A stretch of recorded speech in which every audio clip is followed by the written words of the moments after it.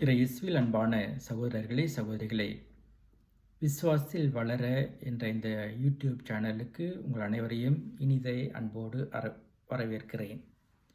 June மாதத்தில் நாம் இயேசுடைய திருவுடல் திரு இரத்த பெருவிழாவை கொண்டாடுகிறோம். இந்த விழாவுக்கு பிறகு வருகிற வெள்ளிக்கிழமை இயேசுடைய திரு இருதய பெருவிழாவாகவும், அதற்கு அடுத்து வருகிற நாள் சனிக்கிழமை மரியாவின் மாசற்ற இருதய பெருவிழாவாக கொண்டாட திருச்சபை நமக்கு அழைப்புடுக்கிறது.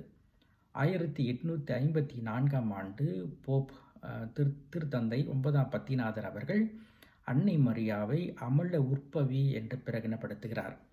அதாவது அன்னை மரியாள் பாவ நிலை இல்லாமல் பிறந்தார், பிறக்கிற போது ஜென்ம பாவம் இல்லாமல் பிறந்தார், அல்லது பிறப்பு நிலை பாவம் இல்லாமல் பிறந்தார் என்று அவர் பிரகடனப்படுத்துகிறார். அவர் பிறக்கிற போது மட்டும் பாவ நிலை இல்லாமல் பிறக்கவில்லை, மாறாக வாழ்ந்த போதும் பாவம் நிலை இல்லாமல் இருந்து வாழ்ந்தார். எனவே அவருடைய இதயம் புனிதமான இதயம் என்பதையும் திருச்சபை நமக்கு சொல்லித் தருகிறது. மிக சிறப்பாக இதை பற்றி லூக்கா நற்செய்தியாளர் 2 இடங்களில் மிக தெளிவாக சொல்லுகிறார்.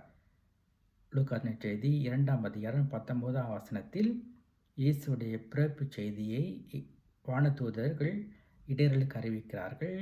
இடையர்கள் வந்து இயேசுவை பார்த்து அவரை தொழுதுவிட்டு குழந்தையை குறித்து தாம் கேள்விப்பட்டதை அங்கிருந்த மக்களுக்கும் இயேசுடைய பெற்றோருக்கும் அறிவிக்கிறார்கள். அப்போது லூக்கா நற்செய்தியாளர் சொல்கிறார், அன்னை மரியா அனைத்தையும் தம் உள்ளத்தில் பதித்து சிந்தித்து கொண்டிருந்தார் என்று சொல்கிறார். 2வது முறை இயேசு 12 வயதான போது எருசலேம் தேவாலயத்தில் காணாமல் போய்விடுகிறார். அவர் காணாமல் போனதால் அவருடைய பெற்றோர்கள் அன்னை மரியாவும் சூசையப்புறம் அவரை தேடி செல்கிறார்கள். இயேசுவை கண்ட அன்னை மரியாள் அவரிடம் சொல்கிறார், இதோ பார், உம் தந்தையும் நானும் உம்மை மிகுந்த கவலையோடு தேடிக்கொண்டிருந்தோமே என்றார். அதற்கு இயேசு சொல்கிறார், நீங்கள் ஏன் என்னை தேடினீர்கள்? என் தந்தையின் அலுவலில் நான் இருக்க வேண்டும் என்பது உங்களுக்கு தெரியாதா என்று சொல்லுகிறார். அதற்கு பிறகும் லூக்கா நற்செய்தியாளர் சொல்லுகிறார், அன்னை மரியாள் இந்த நிகழ்ச்சியை தம் உள்ளத்தில் பதித்து சிந்தித்து கொண்டிருந்தார். அப்போது அன்னை மரியாளுடைய உள்ளம் எப்பொழுதும் கடவுளை பற்றி, வார்த்தை மனு உருவான இயேசுவை பற்றி, அவருடைய செயல் திட்டங்களை பற்றி, கடவுளுடைய திட்டம் இயேசு வெளிப்படுவதை பற்றியதான் சிந்தனையாக இருந்தது. எனவே அன்னை மரியாள் புனிதமானவர், அவருடைய இதயம் புனிதமானது. எனவே அன்னை மரியாளுடைய இதயத்திற்கு நாம் விழா எடுக்க வேண்டும் என்று சொல்லி 1648ஆம் ஆண்டு பிரான்ஸ் நகரில் வாழ்ந்த குருவானவர் ஜான் யூடஸ், இப்போது புனித ஜான் யூடஸ் என்பவர் அன்று அன்னை மரியாவுக்கென்று முதலில் ஜபங்களை எழுதி முதல் திருப்பலை நிறைவேற்றி முதல் அன்னை மரியாவுடைய மாசற்ற இருதயத்திற்கான விழாவை அவர் சிறப்பிக்கிறார். ஆனால் அன்னை மரியாவுடைய மாசற்ற இருதயத்திற்கான பெருவிழாவை கொண்டாட வேண்டும் என்பது இயேசுடைய திருவுள்ளம் கூட. அன்னை மரியாள் 1916ஆம் ஆண்டு போர்ச்சுகல் நாட்டில் ஃபாத்திமா நகரில் இந்த 3 சிறுவர்கள் காட்சி தருகிறார். லுட்சியா, பிரான்சிஸ்கோ, ஜெசிந்தா இவர்களுக்கு காட்சி தருகிறார். அவர் அங்கு ஒவ்வொரு மாதம் 13ஆம் தேதி மே மாதம் 13ஆம் தேதி மே, ஜூன் என்று 6 மாதம் தொடர்ந்து அவர் அங்கே காட்சி தருகிறார். அப்போது 2வது காட்சியில் அன்னை மரியாள் இந்த 3 சிறுவர்களுக்கு வெளிப்படுத்துகிறார். என்னவென்றால், அன்னை மரியாவுடைய மாசற்ற இதய பக்தியை இந்த உலகிற்கு பரப்ப வேண்டும் என்று இயேசு விரும்புகிறார் என்று அவர் வெளிப்படுத்துகிறார். எனவே 1944ஆம் ஆண்டு அப்போதிருந்த போப்பாண்டவர் 12ஆம் பத்திநாதர் ஆகஸ்ட் மாதம் 22ஆம் தேதி அன்னை மரியாளுடைய மாசற்ற இருதய பெருவிழாவாக கொண்டாடப்பட வேண்டும் என்று அறிவிக்கிறார்.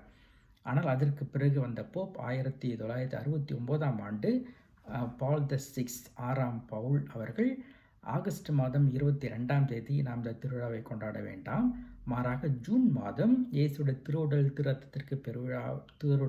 பெருவிழாவுக்கு பிறகு வருகிற சனிக்கிழமையில் மரியாவின் மாசற்ற இருதயத்திற்கான பெருவிழாவாக கொண்டாட வேண்டும் என்று அவர் அறிவிக்கிறார். சரி, இந்த நாளில் நாம் என்ன செய்ய வேண்டும் என்பதுதான் நம்முடைய அடுத்த சிந்தனையாக இருக்கிறது. அன்னை மரியாள் ஃபாத்திமா நகரில் 3வது முறை காட்சி தருகிற போது, அதாவது ஜூலை மாதம் 13ஆம் தேதி காட்சி தருகிற போது மாதத்தில் வருகிற முதல் சனிக்கிழமை அன்று அன்னை மரியாவுக்கென்று அர்ப்பணிக்கப்பட வேண்டும். அந்த நாளில் விசுவாசிகள் பாவ சங்கீதனம் செய்து நற்கருணை உட்கொண்டு நல்ல முறையில் ஜெபமாலை ஜெபித்து வாழ்ந்தால் அவர்கள் அன்னை மரியாருடைய அளவு கடந்த ஆசீர்வாதத்தை பெற்றுக்கொள்வார்கள் என்று சொல்கிறார். எனவே நாம் இந்த முதல் சனிக்கிழமை பக்தியை நம்முடைய வீடுகளில், நம்முடைய குடும்பங்களில், நம்முடைய பங்குகளில் ஆரம்பிக்கலாம். அன்றைய நாளில் நாம் பாவ சங்கீதனம் செய்து நற்கருணை உட்கொண்டு நம்மை அன்னை மரியாவுக்கு அர்ப்பணிக்கலாம். இரண்டாவது, அந்த அன்னை மரியாள் 3வது முறை காட்சி தந்தபோது ஜூலை மாத 13ஆம் தேதி 1916ஆம் ஆண்டு போர்ச்சுகலில் ஃபாத்திமாவில் காட்சி தந்தபோது சொல்கிறார், ரஷ்யா நாட்டை, நம்முடைய திருத்தந்தை ரஷ்யா நாட்டை அன்னை மரியாவுடைய மாசற்ற இருதயத்திற்கு அர்ப்பணிக்க வேண்டும். அவ்வாறு அவர் அர்ப்பணித்தால் ரஷ்யா நாடு மனமாறும், எனவே உலகில் அமைதி நிலவும் என்று சொல்கிறார். அதன்படியே போப்பாண்டவர் திருத்தந்தை 12ஆம் பத்திநாதர் 1942ஆம் ஆண்டு உலகில் இருக்கிற அக்டோபர் மாதம் 31ஆம் தேதி உலகில் இருக்கிற எல்லா மக்களையும் மரியாவின் மாசற்ற இருதயத்திற்கு அர்ப்பணிக்கிறார்.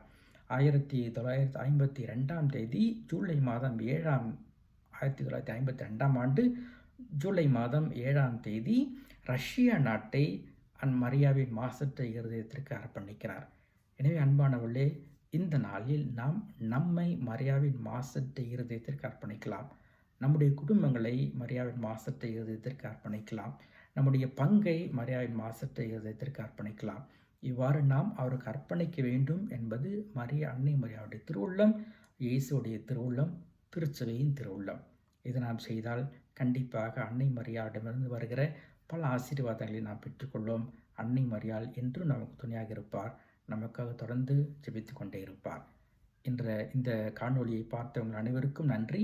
விருப்பப்பட்டால் இந்த காணொளியை சப்ஸ்கிரைப் பண்ணுங்கள், உங்களுடைய நண்பர்களுக்கு பகிர்ந்து கொள்ளுங்கள். இயேசுவுக்கு நன்றி. மரியே வாழ்க.